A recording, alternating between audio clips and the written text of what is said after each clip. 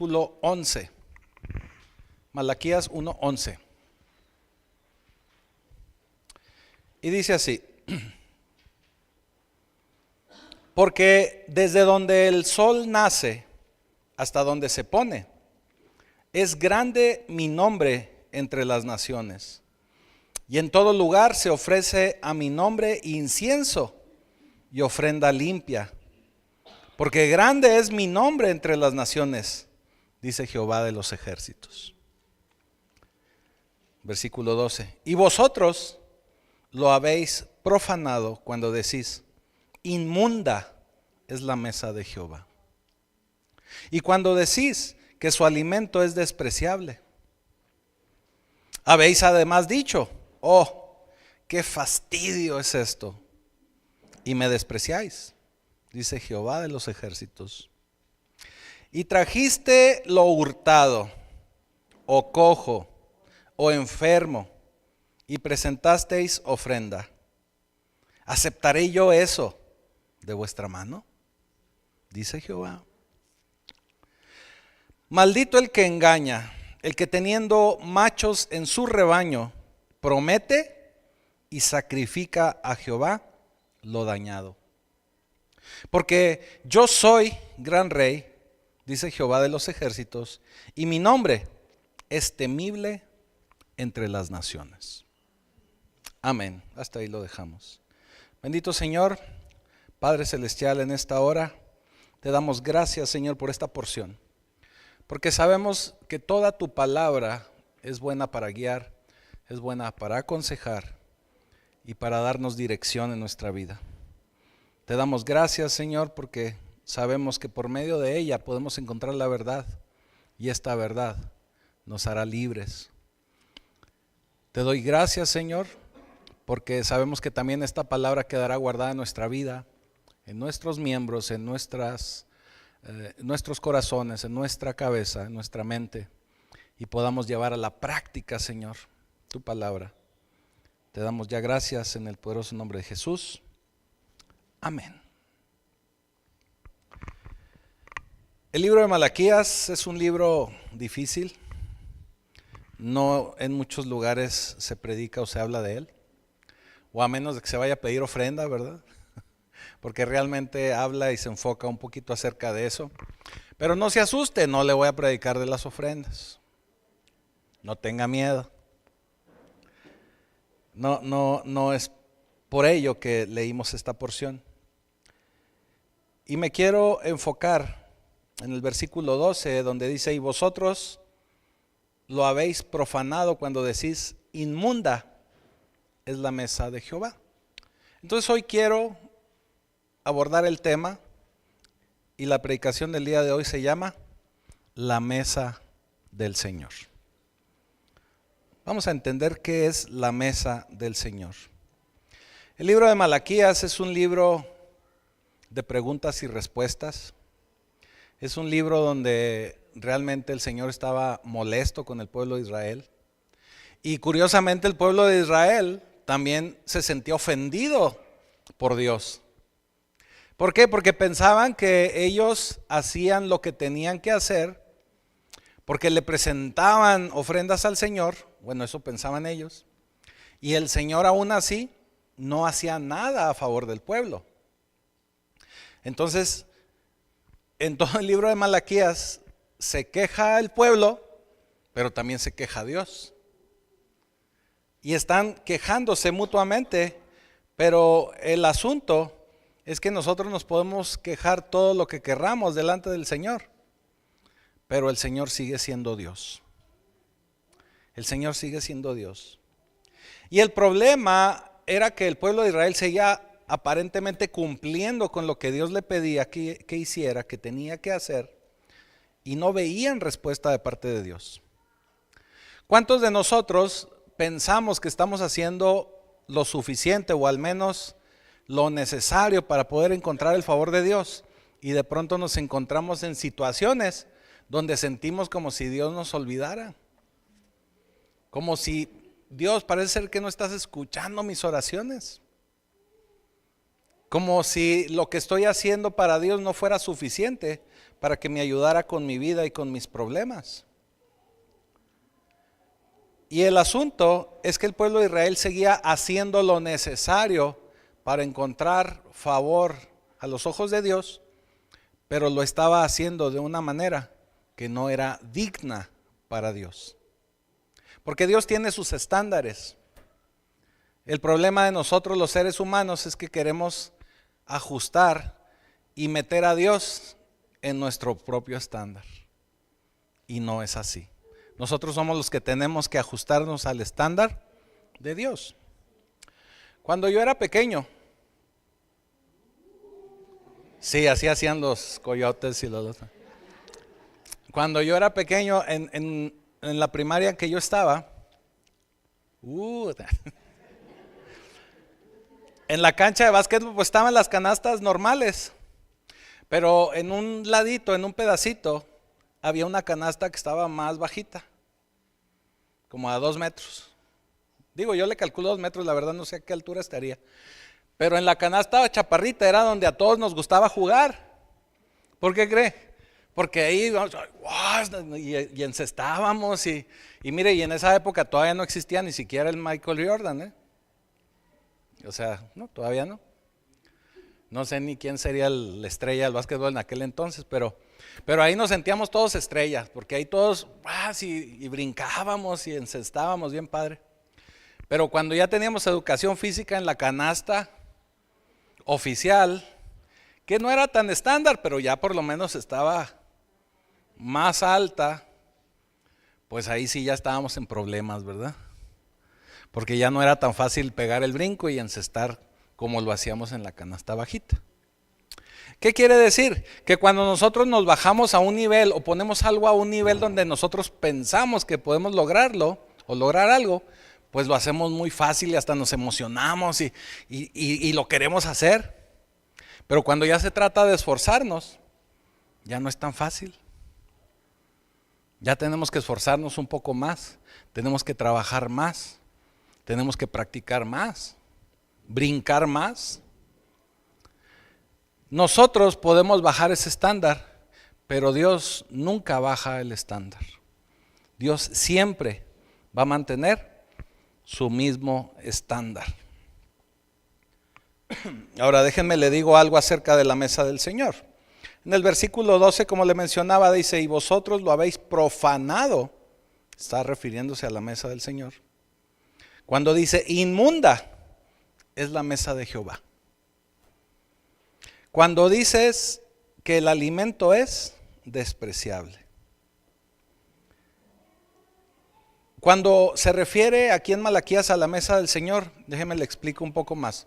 Se refiere al altar que había en el templo de Dios. Esa es la mesa del Señor, el altar. Y el altar era el lugar o es el lugar donde se sacrificaban a los animales traídos a Dios. Ahí era donde se entregaban al Señor y ahí es donde eran sacrificados. Ya esto ya se lo he explicado en otras ocasiones, pero cuando alguien llegaba con un animalito para ser sacrificado, ahí se degollaba y ahí se tenía que derramar la sangre del animalito. Posteriormente el cuerpo se tenía que poner a quemar. Había un lugar donde se quemaba la ofrenda al Señor. Pero primeramente se tenía que desangrar y se tenía que sacrificar en el altar. Vamos a meternos en una palabra teológica donde nos dice que Dios es trascendente. ¿Qué quiere decir trascendente? ¿Por qué quise decir esta palabra? Porque quiere decir que Dios está más allá o trasciende o es mucho más o más grande que su creación, que cualquier cosa que Él haya creado. Nosotros somos parte de esa creación. Entonces, Él es mucho más y va mucho más allá de su creación. Pero el problema ocurre que Él establece un estándar para nosotros y Él busca tener una relación con cada uno de nosotros. Y si vemos el inicio de los tiempos, y estoy hablando de la creación, vemos cómo Dios mismo crea al hombre y la mujer los pone en el jardín del Edén y Dios mismo tenía una relación con el hombre. O sea, Adán y Eva convivían con Dios, hablaban con Él, platicaban con Él. Hasta ahí todo iba muy padre, muy bien. El problema empezó a generarse a partir del pecado. Cuando ellos caen en pecado, cuando entra el pecado en la vida del ser humano, se genera un bloqueo. En ocasiones también se lo he explicado como una separación entre Dios y los hombres. Y en esta ocasión quiero que utilicemos la palabra bloqueo, porque Dios mismo, después de que expulsa a Adán y Eva del paraíso, Él pone ángeles para que no puedan regresar a ese jardín. Entonces Él establece un bloqueo. ¿Por qué? ¿Cuál era ese bloqueo? El pecado del hombre. El pecado del hombre. Eso significa que Dios, como es trascendente, es más allá y más grande que la creación, no puede convivir con el pecado. ¿Sí? ¿Vamos bien hasta ahí? No puede convivir con el pecado. Él no puede bajar su estándar. Es como en alguna ocasión yo le decía que Dios no sabe lo que es pecar, porque Él nunca ha pecado. Él no puede bajar el estándar. Pero Él ama tanto a su creación, y así lo voy a decir, nos ama tanto a los seres humanos, que buscó la manera de que nosotros pudiésemos todavía seguir teniendo una relación con Él. Ya nosotros al caer en pecado, Él ya no podía estar en una relación directa con nosotros. Entonces Él busca la manera para poder restablecer esta relación. Y en el Antiguo Testamento se crea un sistema de sacrificios que viene a ser una sustitución en la que por medio de la vida de un animalito se pagaba ese pecado y nuevamente nosotros como humanos, como seres de la creación de Dios, podíamos nuevamente estar en una relación con Él. Pero es meramente un sistema de sacrificios en sustitución para el pago del pecado. Tenemos que recordar que la paga del pecado es muerte. Si nosotros tuviésemos que pagar por nuestros pecados, todos y cada uno de nosotros tendríamos que morir. Pero como todos somos bien pecadores, el Señor se quedaría solo. Vaya, se quedaría sin creación. Por eso a Él le interesa establecer este sistema de sacrificios. Una sustitución para poder pagar el pecado. El único problema es que esta muerte de este animalito sí restablecía esa relación con Dios, pero era temporal. Era temporal. O sea, tenían que nuevamente volver a hacer otro sacrificio para que no se volviera a bloquear esa relación de Dios con el hombre. Ahora, fíjese, vamos a algo. La razón por la que este sistema de sacrificios es tan importante es porque cuando está el hombre en relación con Dios o Dios en relación con el hombre, Él puede traer provisión y Él puede entregar todos los beneficios que el pueblo, que su pueblo y que ahora nosotros como su iglesia tiene con cada uno de nosotros por medio de su pacto. Por eso en el Antiguo Testamento hablamos de un Antiguo Testamento o un antiguo pacto. Era una forma de Dios de relacionarse con el hombre, con su creación. Y ahora estamos en un nuevo pacto, en un nuevo testamento, en una nueva relación. ¿A qué se refiere con eso? Es la relación que tenemos con Dios. En el antiguo pacto el Dios se relacionaba de una manera y ahora nosotros estamos en un nuevo pacto. En Deuteronomio 29:9 dice: guardaréis pues las palabras de este pacto y las pondréis por obra para que prosperéis en todo lo que hiciereis. ¿Sí? Cuando estamos nosotros en pacto con Dios, Dios obra a favor nuestro, pelea a favor nuestro y nos entrega la bendición a nuestro favor. Él nos entrega la bendición. De aquí nos podemos meter a cuestiones más profundas, ¿verdad? Como ahorita que hablaba la pastora y que orábamos por el diezmo y las ofrendas. Cuando nosotros entendemos que todo lo que ganamos y que todo lo que recibimos proviene de Dios, entonces nuestra relación con el dinero y nuestra relación con Dios se convierte en una relación diferente. Porque usted puede pensar que, es que yo soy el que trabajo, y yo soy el que me esfuerzo, y yo soy el que me mato y me levanto a las 6 de la mañana para ir a la maquila. Y sí, pero créame que eso lo hace gracias a que Dios se lo permite y gracias a que Dios le da vida para que lo pueda hacer. Si no se lo permitiera Dios y si no lo quisiera Dios, ni siquiera tendríamos trabajo o ni siquiera tendríamos vida. Así, empezando con ese principio. Para empezar. Y usted puede decir, bueno, pero hay mucha gente que no cree en Dios y también trabaja y también le va muy bien. Y a veces hasta más bien que nosotros. Sí, porque Dios está esperando que todos procedamos a arrepentimiento. Y el Señor está dando un tiempo. Pero las riquezas de este mundo nada tienen que ver con la promesa del Señor de la vida eterna. Pero bueno, luego nos metemos más de fondo en ese tema. Nosotros estamos en un pacto. Fíjese, cuando hablamos de pacto es algo bien interesante, porque todos queremos ser bendecidos, pero no nos queremos sujetar al pacto. Es como yo a veces les digo de broma en serio, ¿verdad? Todos queremos ir al cielo, pero nadie nos queremos morir, ¿verdad? Digo, todos estamos esperando ir al cielo, pero definitivamente no nos queremos morir. Y esto no significa que, sí, ahora sí ya me... No. Todavía tenemos, si todavía estamos en vida y todavía estamos con vida es porque todavía hay algo más que está esperando el Señor, Dios, de cada uno de nosotros o para cada uno de nosotros. Así que el pacto es un arreglo o un convenio que Dios hizo con su pueblo Israel y ese pacto era de bendición para el pueblo.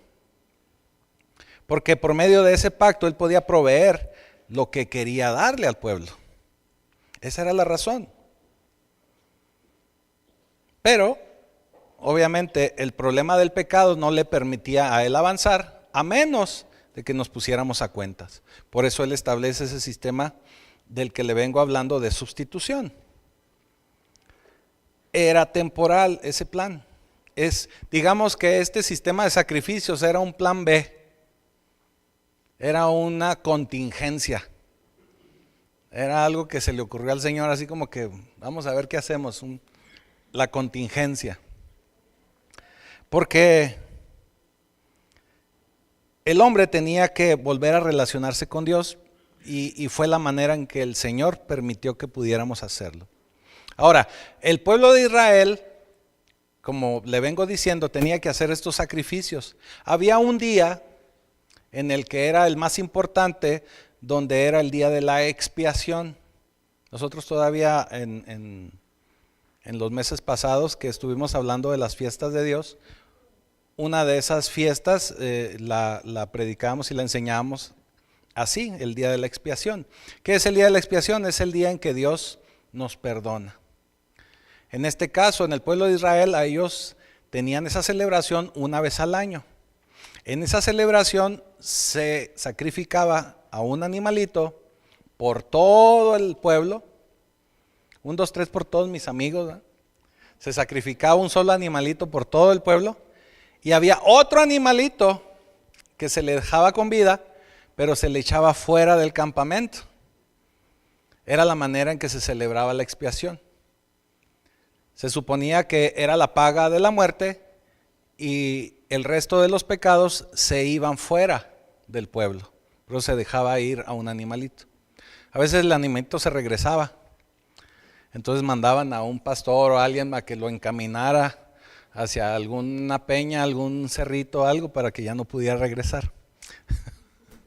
Pero esa era la forma en que celebraban la expiación. Y significaba que los pecados de Israel, los pecados de esta nación estaban siendo echados fuera de su territorio. Y de esa manera ellos entendían que durante el resto del año ellos tenían el favor de Dios en sus vidas. Porque ya se había pagado la expiación, ya se había pagado por el pecado. Si, como le decía, si se devolvía el animalito, pues lo tenían que ayudar a que se fuera más lejos, que ya no pudiera regresar. Así que tenían que entrar en esta rutina. Era una rutina en la que tenían que estar constantemente haciendo sacrificios.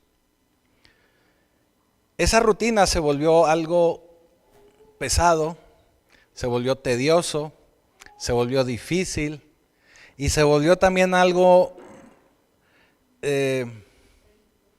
sí religioso, pero también se convirtió en algo un tanto inmundo, voy a decirlo así. ¿Por qué? Porque luego, a lo largo de sacrificar tantos animalitos y de tener tanta sangre derramada en el altar, imagine a lo que podía oler. Yo les pongo el ejemplo como en las carnicerías antiguas. Bueno, y en las modernas no hay mucha diferencia, pero ya, como ya están en los supers y así, ya no nos damos mucho cuenta. Pero cuando hay mucho desperdicio de carne, de sangre y todo eso, huele mal. Así que imagínense después de todo un día de sacrificios, pues era algo tedioso, algo inmundo, algo difícil de tolerar para mucha gente. Pero lo que no entendía el pueblo es que este sistema era la mesa del Señor y era la forma en la que ellos se iban a relacionar nuevamente con Dios. ¿Qué quiere decir? Que no entendían o se les olvidó el objetivo y el propósito de los sacrificios. ¿Sí nos vamos entendiendo? La relación con Dios estaba sujeta a esta mesa. El relacionarse con Dios estaba sujeto a poder hacer los sacrificios en ese altar. Eso significa que esa mesa es importante y esa mesa era muy importante para el Señor. Tenían que estar sujetos a vivir en las consecuencias de no tener la mesa si es que no querían participar de ella, o en la situación que tenían que tolerar de la mesa, aun y cuando sí la tenían y pues que había sangre y había ciertos inconvenientes que ellos veían como inconvenientes. Pero de eso dependía su vida y la vida de su nación. Así que llegó el punto en el que despreciaban la mesa del Señor. Porque decían, ¿cómo otra vez? Y luego me voy a poner mi túnica nueva y luego se me va a llenar de sangre.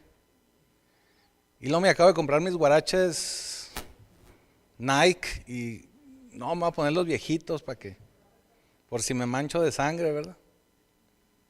O sea, llegaron a ese tedio. O sea, estoy tratando de hacer esos ejemplos para poder entender cómo estaban en ese tedio. Pero lo que no entendían es que se estaban cansando de algo que era la fuente de su vida. Se estaban cansando de algo que los podía mantener en contacto con el Señor. De algo que alejaba y dejaba fuera la maldición de su vida. Estaban cansados de algo que permitía que la bendición de Dios entrara a su vida. Para allá voy. Y yo sé que hay muchos inconvenientes, pero si pudieran ver ellos, si hubieran podido ver los beneficios que tenían, si hubieran tomado más en serio la mesa del Señor. En esa situación están en este pasaje que leímos en el Malaquías. Por eso el Señor les dice, oye, ¿por qué desprecias esto de los sacrificios? ¿Por qué si se supone que tienes que entregarme lo mejor, no me lo estás entregando? ¿Por qué para darme un sacrificio tienes que robar? ¿O tienes que darme algo que aparentemente es lo mejor de tu rebaño y realmente no lo estás haciendo? ¿O me estás dando al animal que tiene algún defecto o algún problema? Porque llegaron a ese punto. ¿Se acuerda el pasaje donde Jesús entra al templo y echa para afuera los animales, los cambistas y todo? estaban viviendo en esa situación. El pueblo de Israel ya no se preocupaba por llevar lo mejor a ofrendarle al Señor. Entonces ellos llegaban y le decía la mujer al marido, oye viejo, oye gordo, ¿y la ofrenda? No, no te preocupes, allá la compramos en la iglesia. Ahí hay gente vendiendo chivitos y palomas y todo allá afuera. Por eso se vendían ahí los animales, por eso había ahí animales. Por eso había ahí mesas con cambio, con transacciones. Porque ya llegaba la gente y sí se empezó a hacer porque era una forma aceptable de gente que tenía que viajar desde muy lejos, pues no podían traerse la ofrenda y podían adquirirlo ahí. Pero también ya se convirtió en una práctica tan común que gente que sí podía llevar la ofrenda y lo mejor de su ganado, que ya no lo llevaban, mejor lo compraban. ¿Sí me estoy explicando? O sea, se fue volviendo algo así. Eso fue lo que sucedía. Ya no se tomaban en serio la ofrenda al Señor. Ya lo veían como algo pesado, tedioso, aburrido. Ay, otra vez. Y otra vez vamos a tener que hacer. Ay, otra vez. Se volvió así. Ahora, muy bien. Ahora vamos al Nuevo Testamento. Ok, ya entendimos, ¿verdad? El sistema de sacrificios, ese era el antiguo pacto. Pero ahora vamos al nuevo pacto, al Nuevo Testamento. Yo creo que ya todos entendemos que la Biblia está dividida en estas dos partes, en el primer testamento, primer pacto, y nuevo pacto o Nuevo Testamento. Son arreglos que Dios mismo ha puesto, primero con su pueblo Israel, y ahora nosotros en el Nuevo Testamento con su pueblo que somos su iglesia. Es un arreglo que Dios tiene con nosotros. Déjeme le digo algo, en ambos arreglos, en ambos pactos, existe una mesa. No esta, ni la que más aplaude. Estamos hablando de la mesa del Señor. Primera de Corintios 10:16 dice, la copa de bendición que bendecimos, ¿no es la comunión de la sangre de Cristo? El pan que partimos, ¿no es la comunión del cuerpo de Cristo? Eso nos dice Pablo. Estamos hablando de la comunión, obviamente, en este versículo. Y Pablo de alguna manera le dice, cuando partes el pan, ¿no es el cuerpo el que compartes? Y cuando bebes de la copa, ¿no es la sangre la que compartes? Eso significa que cuando partimos el pan y bebemos la copa, bebemos el vino, estamos participando en la muerte de una persona. Porque el cuerpo y sangre, pues es la vida de una persona. ¿Qué significa? Que también estamos haciendo un sacrificio. También se está sacrificando algo ahí. O vaya, y ahorita vamos a llegar a eso. Ya se sacrificó a alguien ahí y nosotros lo único que tenemos que hacer es estarlo recordando. Tenemos que compartir y tenemos que partir el pan y el vino porque se está compartiendo ahí una vida. No es únicamente pan y vino, sino que en realidad estamos entregando y estamos compartiendo una vida. El asunto es que en Malaquías estaban cansados del ritual, del sacrificio. Pero Pablo le escribe a los corintios y esas preguntas retóricas que les hace Pablo son también porque el pueblo de Corintios, los cristianos de Corintio también estaban cansados del mismo ritual. Pero ya no del ritual de desangrar a un animalito, sino estaban cansados, óigame, de compartir el pan y el vino.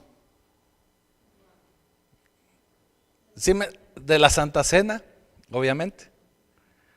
¿Sí me estoy explicando? Así como los el pueblo de Israel, de acuerdo a como lo leemos en Malaquías, decían, ay, otra vez un animalito, ay, otra vez la sangre. Así los de Corinto decían, otra vez el pan, otra vez el vino. Estaban en la misma situación. Lo que nos dice que el ser humano se cansa y llega el momento que nos olvidamos. Por eso es que vemos tanta gente que viene a las iglesias, empiezan a moverse en el mover de la iglesia, en la bendición de Dios.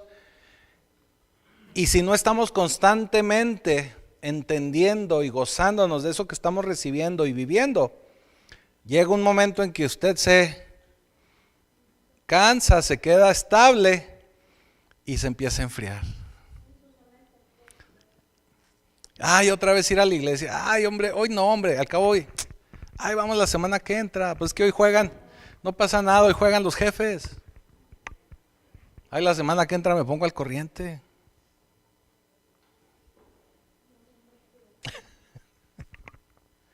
¿Sí me estoy explicando? Nos cansamos también. Entramos en las rutinas y terminamos olvidando el objetivo de la rutina. Se nos olvida el beneficio y se nos olvida que estamos en un pacto. Mire, cuando usted hace un pacto con una persona, y no me estoy refiriendo a pactos de sangre y eso no lo haga, y si lo hizo hay que ministrarlo. Pero cuando alguien hace un pacto con una persona, una promesa, vamos a decir, siempre va a haber una condición que de un lado y de otro se tiene que cumplir. Es como cuando usted, mire, lo voy a poner de una manera más fácil. Cuando usted firma como empleado en una empresa, se compromete con la empresa a cumplir con ciertas cosas que la empresa le va a pedir. Y la empresa se compromete con usted también con ciertas cosas que tiene que cumplir, como su salario, sus prestaciones, su carro, su casa, si es que la empresa se los da. Ah, ¿ustedes no? No se crea. Pero la empresa se compromete con usted, así como usted se compromete a dar su trabajo, a vender su trabajo a la empresa. Es un convenio que hay. Cuando nosotros venimos al Señor, nosotros nos entregamos a Jesús, le damos nuestra vida al Señor, pero también hay ciertas condiciones que tenemos que cumplir nosotros para que el Señor nos dé de su bendición. Por eso inicié explicándole que Dios es trascendente. Entonces a Dios no lo podemos bajar ni acomodar en lo que yo siento, en lo que yo creo, en lo que yo vivo. Yo soy el que me tengo que mover y esforzar para estar al nivel de Dios. Y yo sé que al nivel de Dios nadie lo vamos a lograr, pero por eso tenemos que cumplir con las condiciones de su pacto. ¿Y cuál es la condición de su pacto? Que tengo que permanecer en su palabra.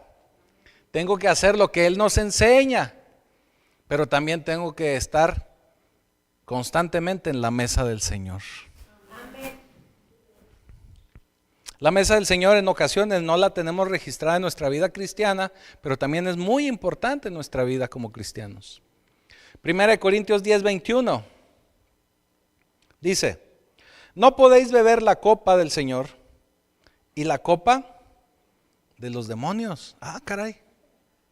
O sea, ¿hay copa del Señor y copa de los demonios? Y no podéis participar de la mesa del Señor y de la mesa de los demonios. Aquí acabamos de descubrir que hay dos mesas. Ahora para nosotros en el nuevo pacto. La mesa es el lugar donde nos sentamos a comer, obviamente, donde partimos el pan, pero que también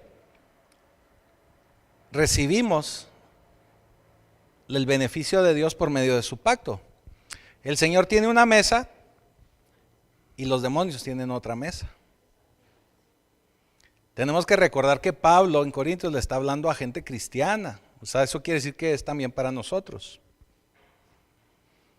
Y le dice, están comiendo en dos mesas. Aguas, les dice. Los domingos comen de la mesa del Señor, pero el resto de la semana o en la tarde del domingo, ya no se esperan a más. Mezclan o comen en la mesa de los demonios. Eso significa que hay dos mesas, y la mesa del Señor, o la mesa que el Señor te ofrece, es en la que nosotros necesitamos permanecer. Y esto es lo que necesitas saber. Muchos de los problemas que nosotros como cristianos tenemos no solamente son problemas, o no solamente son consecuencias de malas decisiones que hemos tomado, que en muchas ocasiones así es. Cuando tenemos problemas, son malas decisiones que hemos tomado y tenemos que afrontar consecuencias. Eso es innegable. Esas no las puede quitar Dios. Lo que sí puede hacer Dios es que si estamos bien establecidos en su pacto, Él nos va a ayudar a lidiar con esas consecuencias. Es como cuando, yo les decía el miércoles, como cuando se equivoca en una vuelta, cuando trae GPS, y el GPS casi saca la mano y le da un zape, ¿vale? Y dice, pero, ok, ya la regaste, pero dale vuelta por acá y lo vuelve a regresar, ¿verdad? Es algo similar. Siempre y cuando estemos en ese pacto con el Señor. El problema se pone más difícil cuando los demonios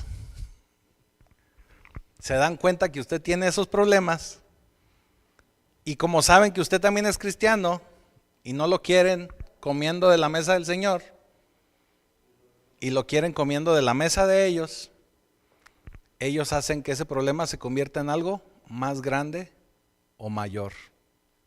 ¿Qué quiere decir? Que muchos problemas se vuelven más grandes o se vuelven más constantes porque hay situaciones espirituales adheridas al problema. ¿Sí? No quiere decir que todos los problemas son del diablo o son culpa del diablo, no, pero hay muchos problemas que sí el diablo aprovecha para que usted siga teniendo problemas y deje de tener esa relación con Dios. Así que compartir la mesa del Señor no solo es comer el pan y beber la copa, es compartir una vida con Dios. Y usted puede preguntarse, pero pues ¿qué no estaba ya salvado? ¿Qué no cuando le dije a Jesús que es mi Señor, ya con eso la hice? Pues la respuesta que yo le puedo decir es que sí y no. O sea, sí, cuando usted recibe a Jesucristo como su Señor, usted recibe salvación. Pero usted tiene que seguir manteniendo ese pacto vigente. Y le voy a poner un ejemplo. Si está usted casado, que yo sé que hay varios casados, significa que usted tiene que compartir la vida con alguien, ¿verdad? Está casado y comparte la vida con alguien. Pero usted y yo sabemos que hay mucha gente que aunque esté casada, no viven felices, o no viven en plenitud, o no viven como debe de ser. ¿A qué me refiero? Que hay muchos matrimonios que aunque están casados no tienen una vida íntima, por ponerle un ejemplo. Eso no permite que lleven a cabo su matrimonio como debería de ser. Y caso contrario, hay parejas que no están casadas y que tal vez están teniendo vida íntima, tampoco está bien delante de Dios. ¿Sí me estoy explicando? ¿Qué quiere decir? ¿Qué le quiero decir con esto? Que hay muchos cristianos que están relacionados legalmente con Jesús, pero no están conectados correctamente con la vida de Jesús. ¿Qué quiere decir? Cuando yo recibo a Jesús como mi Señor, ya me conecté. Ya es como si yo hubiera firmado un acta de matrimonio. Ya estoy legalmente conectado con Jesús. Pero no estoy llevando una vida de intimidad con Jesús. Entonces no estoy llevando una vida correcta con Jesús. Sí, sí vamos entendiendo. Si usted está casado, usted también tendría que tener una vida íntima. Pero hay mucha gente que está casado y no llevan esa vida. También así hay cristianos. Estamos con Jesús, pero no estamos en intimidad con Jesús. Es como para meditar en ello, ¿verdad?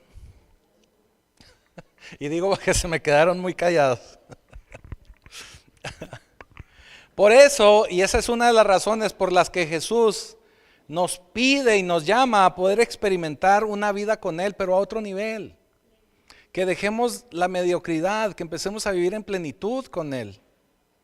Que empecemos a tener intimidad con Jesús, a buscar de su palabra, a caminar de acuerdo a su palabra, a vivir como Él nos ha enseñado. Él está esperando eso, que estemos en oración constantemente. Por eso dice la palabra, oren sin cesar. No es sin cesar, es sin cesar. O sea, sin detenerse, sin dejar de orar.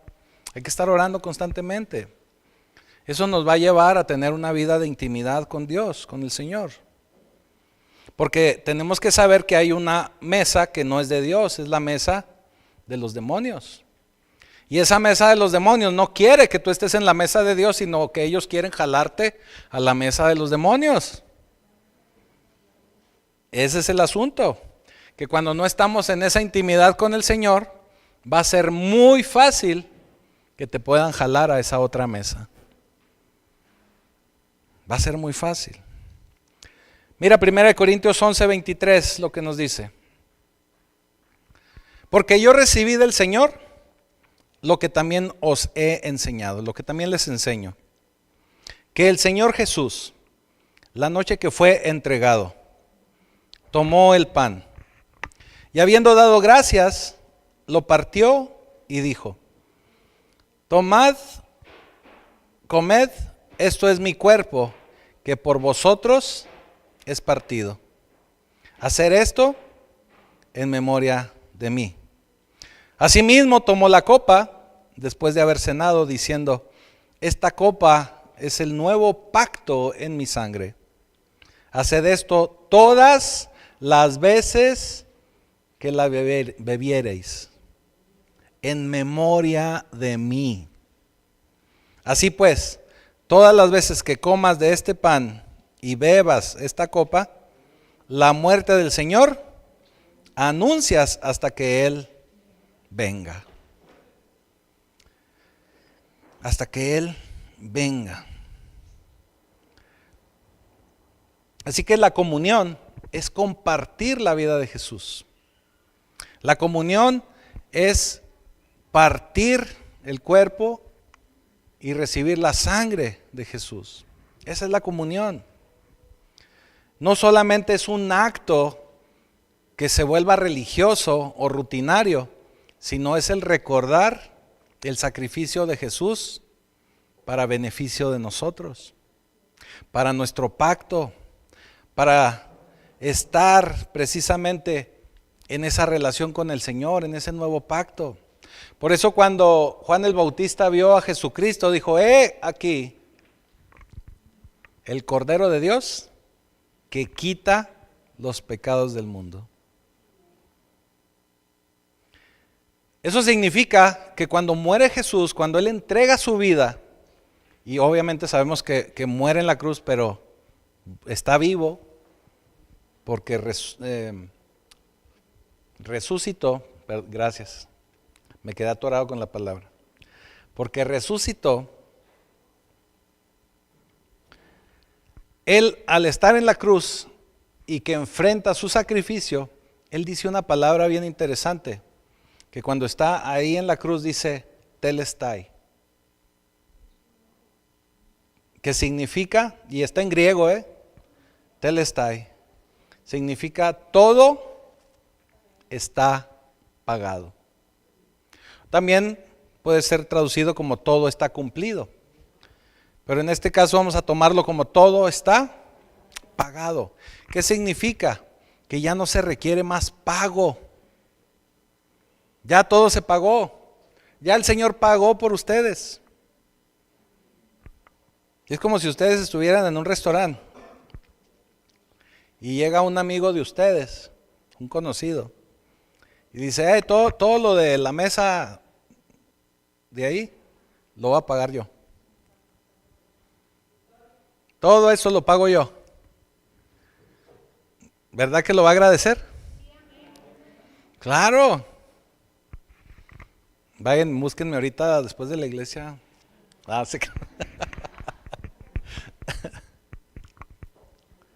Cualquier persona que ponga su fe en la obra terminada por Jesucristo, o cualquier persona que viene a Jesús, tenemos que entender que ha sido perdonada totalmente de sus pecados. Ya todo fue hecho, ya todo fue pagado.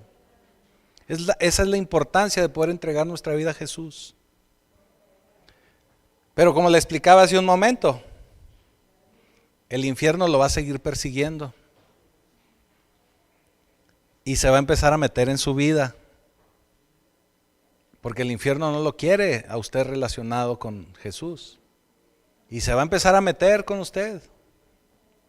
Se va a empezar a meter en su dinero. Se va a empezar a meter en su mente. Se va a empezar a meter en sus relaciones. Se va a empezar a meter en su salud. Yo creo que a todos nos ha pasado, ¿verdad? Todos tenemos problemas de toda esa índole.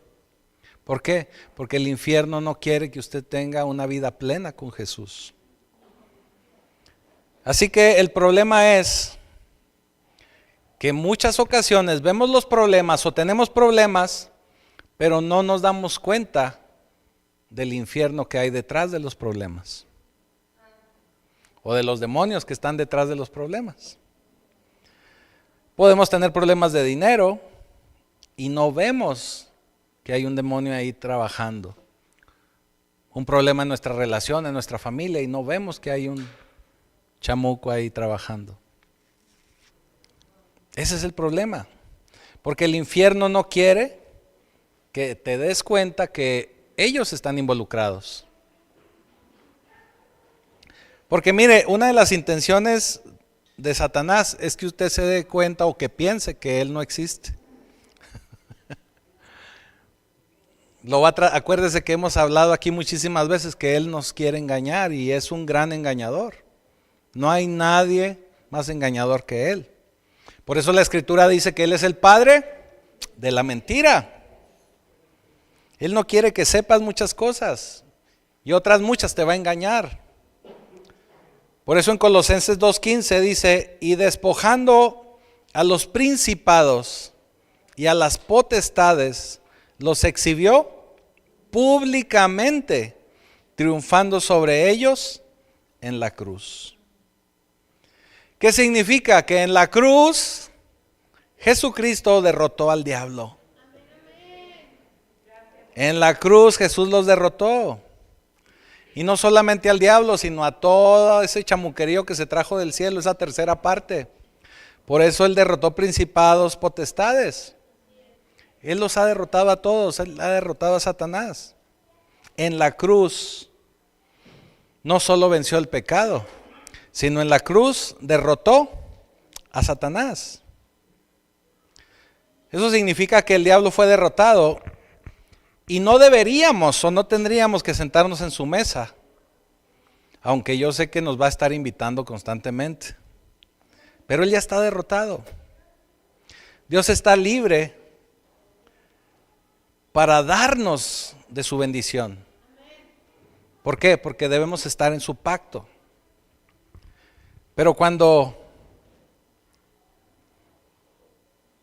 nosotros somos jalados a la mesa de Satanás, pues vamos a empezar a enfrentar problemas. Pero nosotros tenemos que resistir porque ya el Señor todo lo pagó. Así es, en el versículo 24 dice, y habiendo dado gracias, lo partió y dijo, tomad y comed, este es mi cuerpo, que por vosotros es partido. Haced esto en memoria de mí. Algo que quiero hacer notar de este pasaje, por eso lo volví a mencionar, es que nos dice, habiendo dado gracias. Gracias. aquí la pregunta que a mí me surgió es, ¿por qué está dando gracias? ¿Por qué da gracias? Y el Señor está dando gracias porque será partido por nosotros, para nosotros. Da gracias por lo que Él hará para cada uno de nosotros. La cena del Señor, también conocida como Eucaristía, es el momento en que tomamos esa comunión y lo tenemos que hacer de una manera agradecida por lo que el Señor ha hecho por nosotros. Así como Él dio gracias a Dios por ese sacrificio que iba a enfrentar, nosotros tenemos que dar gracias por ese sacrificio hecho a nombre nuestro, para cada uno de nosotros y por cada uno de nosotros. Porque la comunión debe de ser el mayor agradecimiento de nosotros hacia Dios. La comunión es lo que nos da la victoria. La comunión es lo que nos da la victoria. Por eso dice en el versículo 26, así pues, todas las veces que comieres este pan. ¿Qué significa? ¿Cuántas veces lo debo de comer? Todas las veces que sea necesario. Todas las veces que sea necesario. Si usted siente y usted quiere en su casa celebrarlo todos los días, así lo puede hacer. Por eso dice, todas las veces que comieses este pan. Nosotros aquí congregacionalmente, por cuestiones de logística, tiempo y también de inversión en ocasiones, lo hacemos una vez al mes. Pero usted lo puede hacer en su casa todos los días. Y sobre todo si hay alguien enfermo o alguien con necesidad en su casa, hágalo todos los días. Hágalo todos los días. ¿Por qué? ¿Por qué tiene que proclamar la muerte del Señor? Y proclamarla hasta que Él venga. ¿Por qué? Porque esa es una buena noticia. Porque esa es una buena noticia. Porque es por medio de la comunión que nosotros compartimos la vida de Cristo. Y por medio de la comunión es que nosotros podemos llevar una vida nueva a nuestra familia, a nuestro trabajo, a nuestra escuela, en el lugar donde usted se desenvuelve. Porque es lo que tenemos que hacer, mantener ese pacto vigente. Y mire, hoy es un día especial porque hoy vamos a celebrar la mesa del Señor, la Santa Cena, aquí en Pacto Vivo. Así que cuando compartimos la comunión, fíjese, cuando compartimos la comunión, estamos enviándole un mensaje a los demonios. Y ese mensaje es que no tienen ya ninguna autoridad sobre nosotros. Tú eres quien tiene toda la autoridad de decirle a los demonios que se vayan a su casa, que se vayan al infierno. En otras palabras, la comunión es la autoridad adquirida de cada uno de ustedes, de cada uno de nosotros, por el pacto que tenemos con el Señor. Y mire, el celebrar la mesa del Señor no es algo que usted va a adquirir estudiando o por sermones, y ni siquiera por la alabanza, pero sí algo que va a recibir por medio de la mesa del Señor. El Señor nos dice que tenemos que proclamar su muerte, porque en su muerte Él venció a Satanás.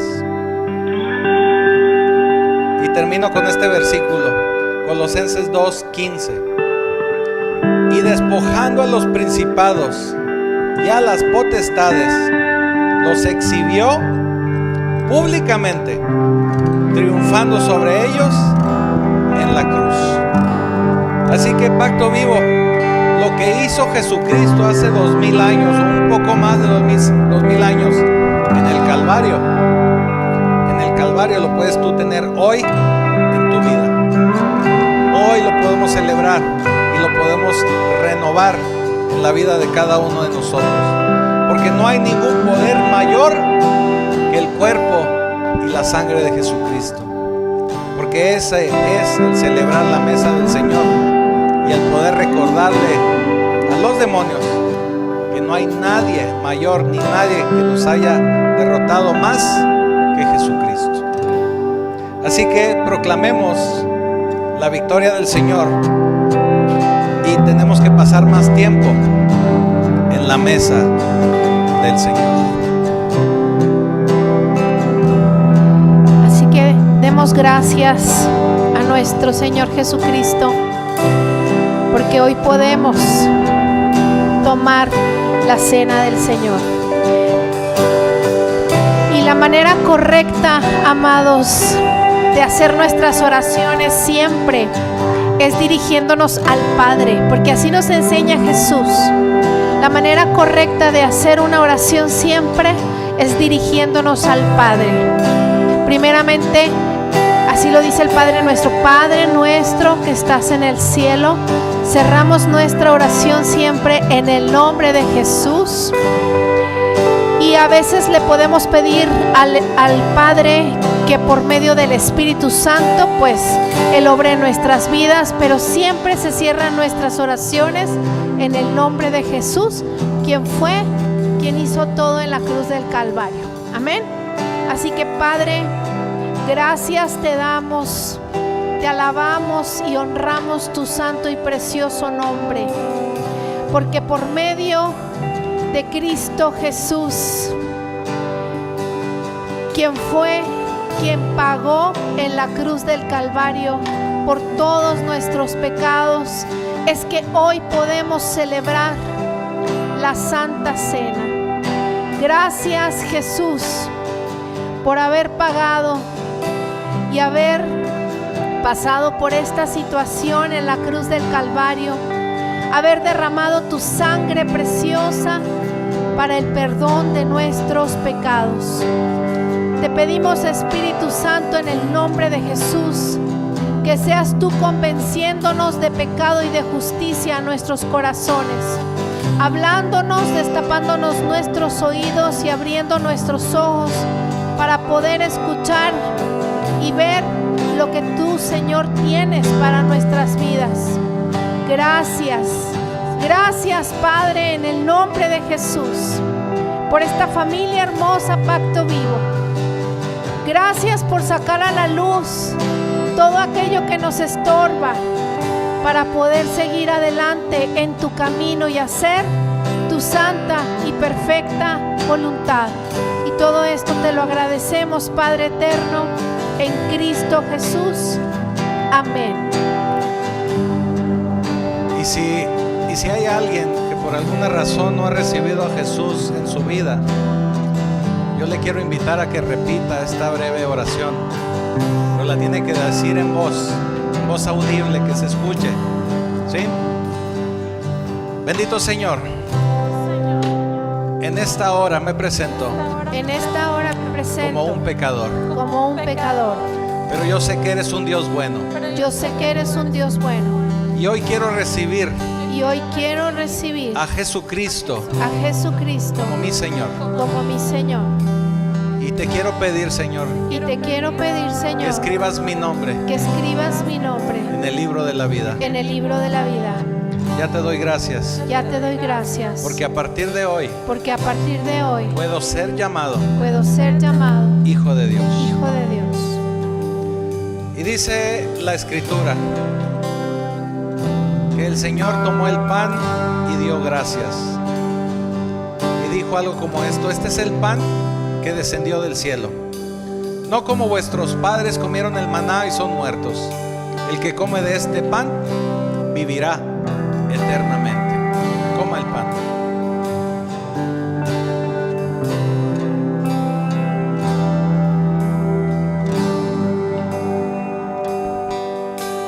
Y casi todo es purificado según la ley con sangre, y sin derramamiento de sangre no se hace remisión. Mas si andamos en la luz, como Él está en la luz, tenemos comunión entre nosotros, y la sangre de Jesucristo su Hijo nos limpia de todo pecado. Tome el vino.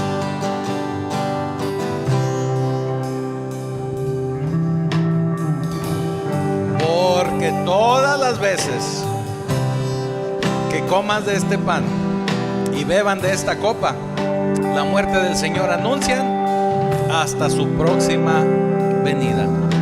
Bendito Señor, te damos gracias, Padre Santo, porque sabemos que hoy hemos renovado nuestro pacto delante de ti.